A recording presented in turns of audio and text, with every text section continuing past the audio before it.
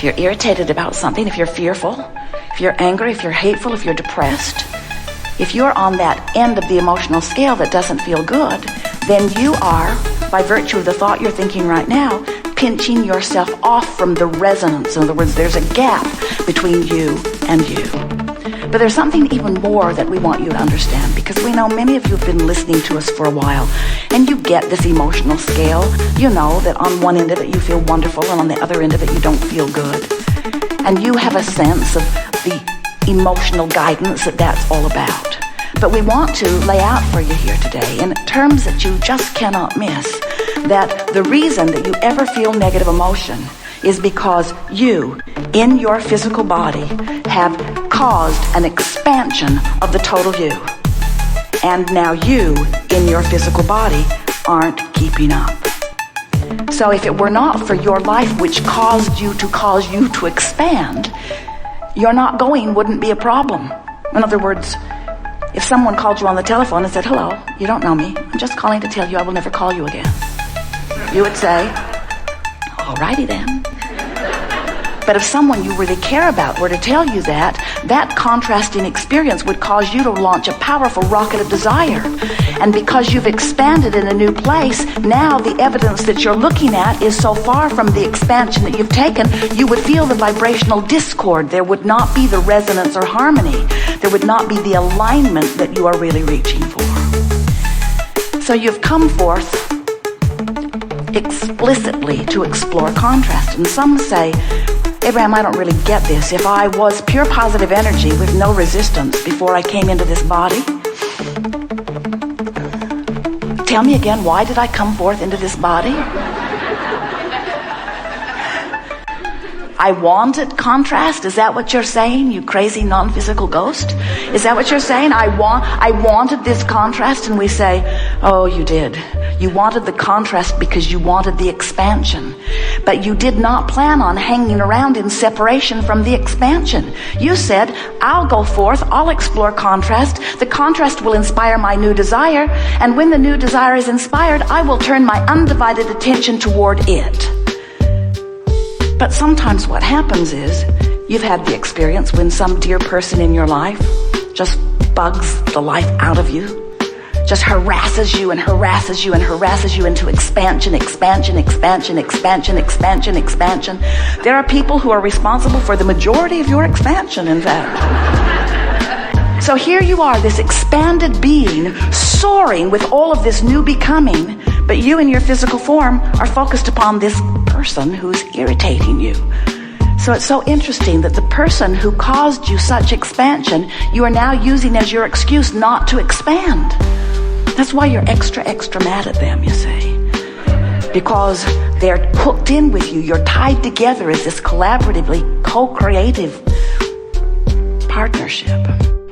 So we want to help you today. We want to draw your attention toward this vibrational reality. We want you to get a feel of this vibrational reality, because if you can understand it, everything that you have lived and are living, or anybody else that you're observing, will begin to make sense to you. So do you get it that you were source before you came into this body? And do you get it that even though you're in this body, that you're still expanding this source? Do you get that? Can you accept that expanded part of you, this vibrational reality is swirling? And have you been hearing about law of attraction, which says that which is likened to itself is drawn? So, of course, when you're focused upon something unwanted, you get more of that unwanted stuff. It's just the way the law works. But this is the bigger picture that we want you to understand. Life has caused you to become this, and the larger part of you, your inner being, the source within you, stands in the middle of this vibrational reality, in this vortex of creation. And as law of attraction responds to this vortex that was spinning long before you came into this body and is spinning faster now that you're in this body, contributing to this vortex, this is a veritable vortex of creation. And hear this, all cooperative components are being assembled in this vortex. Do you get what that means? Everything that you've asked for and everything that's necessary to bring it about, just like the way this planet came into being, just the way this planet spins in its orbit. In other words, everything that you see that is now physical manifestation, this reality that you're all so excited about, this reality was non-physical reality first, a vibrational reality, a vortex of creation. So if you can accept that, yes, while you're standing here in this physical body, you are what you are, but you are so much more, and you are so close to allowing everything that's in this vortex to become. And that's what this gathering is about. We call it a law of attraction-based seminar because the law of attraction is what is assembling the cooperative components. But in this art of allowing understanding, we want you to ask yourself the question and hopefully find the answer here today. Are you one of the cooperative components? Are you letting yourself be one of the cooperative components to what you have asked for? Or are you over here beating the drum of why you asked for it? Life causes you to ask for more money. Ask for money. There's a lot of that going on, asking for more, asking for more, asking for more, asking for more. Becoming. Your vortex of creation is spinning, and all cooperative components have already been assembled. That's why we can say to you, it's done. It's done. It's already done vibrationally.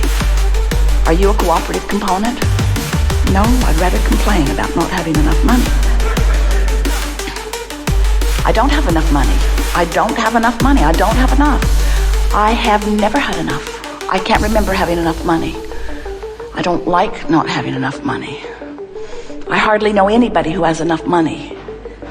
Rich bugger over there, he's got enough money, but he probably deals drugs.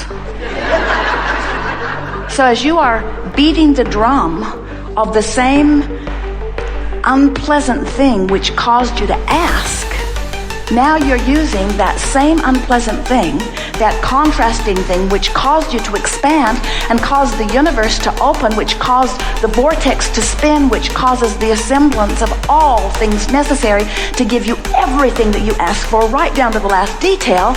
Are you going? No, I'd rather complain. And that's really what this gathering is about. We want you, by the time you leave here today, to understand your relationship with your vortex. We want you to understand your relationship with who you really are. And when you care about how you feel, then you're able to understand your relationship with your own vortex of creation. So do you get it?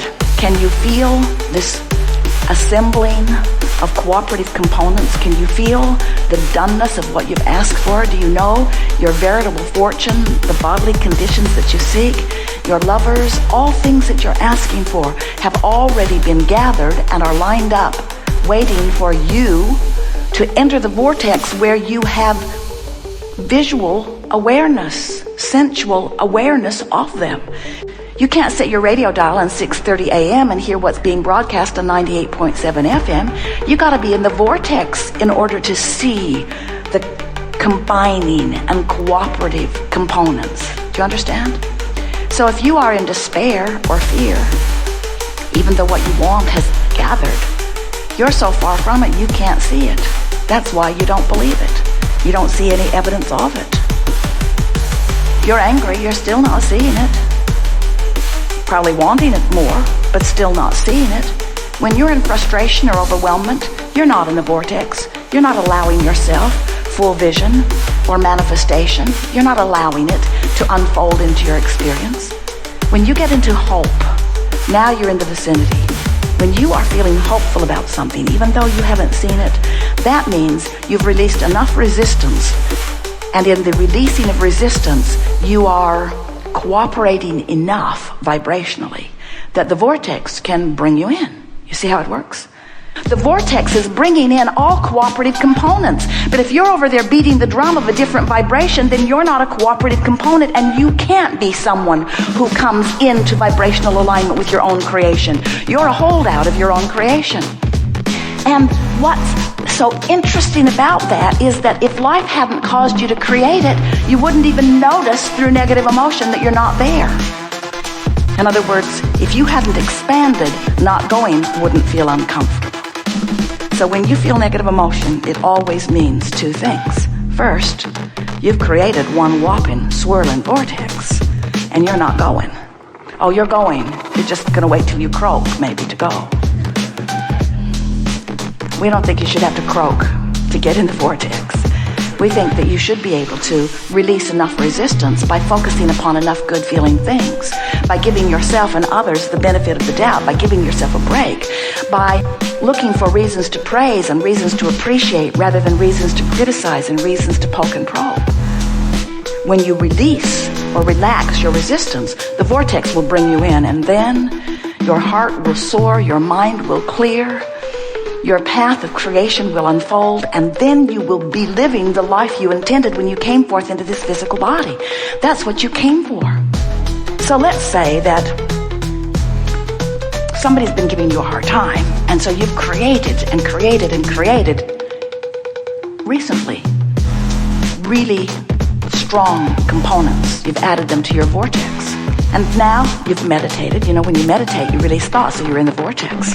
Or you got on a rampage of appreciation, you're in the vortex. You stopped doing those things that you do that kept you out of the vortex, and when you stop doing those things you do that kept you out of the vortex brings you in, and when you're in there, oh, it is so sweet.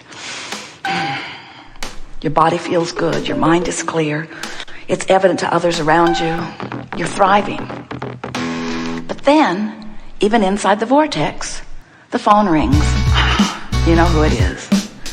Or something happens.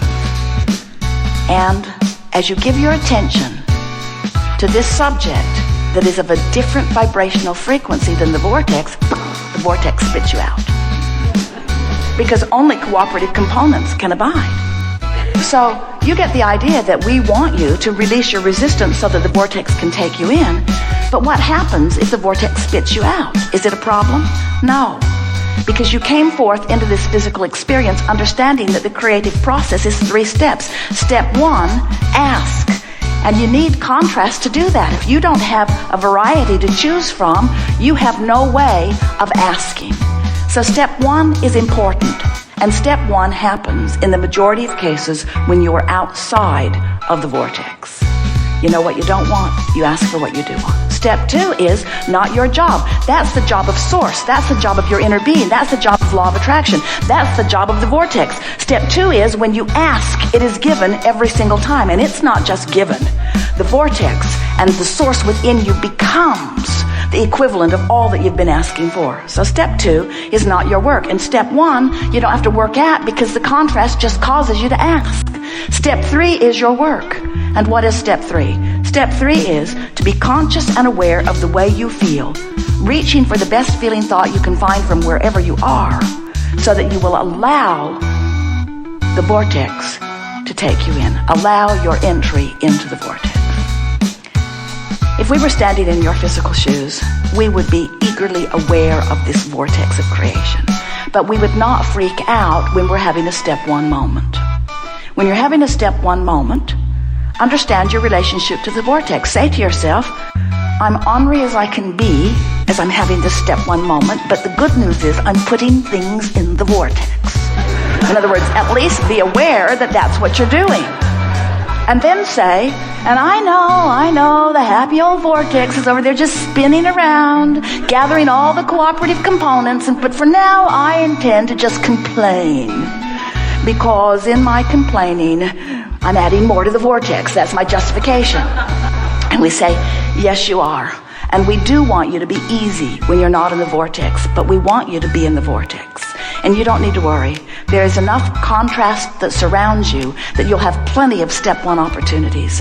Let your dominant intent be to be in the vicinity of the vortex. Let this loving, God-force vortex bring you in. Let yourself be all that you have become. That's what will happen when you have your, what you call your death experience. We call it croaking. We try to be as disrespectful as we can of death, since there isn't any. You're always alive, sometimes physically focused. And as you came into this physical experience, it was your intention to let the contrast inspire the expansion. But do you know what the most exhilarating thing that you were looking forward to in this expression of physical life? Do you know what you were really wanting? Do you know the reason that you keep coming forth into the physical experience? Because there is nothing more delicious than to have expanded and held yourself apart from it for a little bit, and then release the resistance and let yourself go. That's the river of life that you want to live. You want to continually be in this place where you're reaching and allowing and reaching and allowing and reaching and allowing. And you don't need to worry about it. It will ever be thus.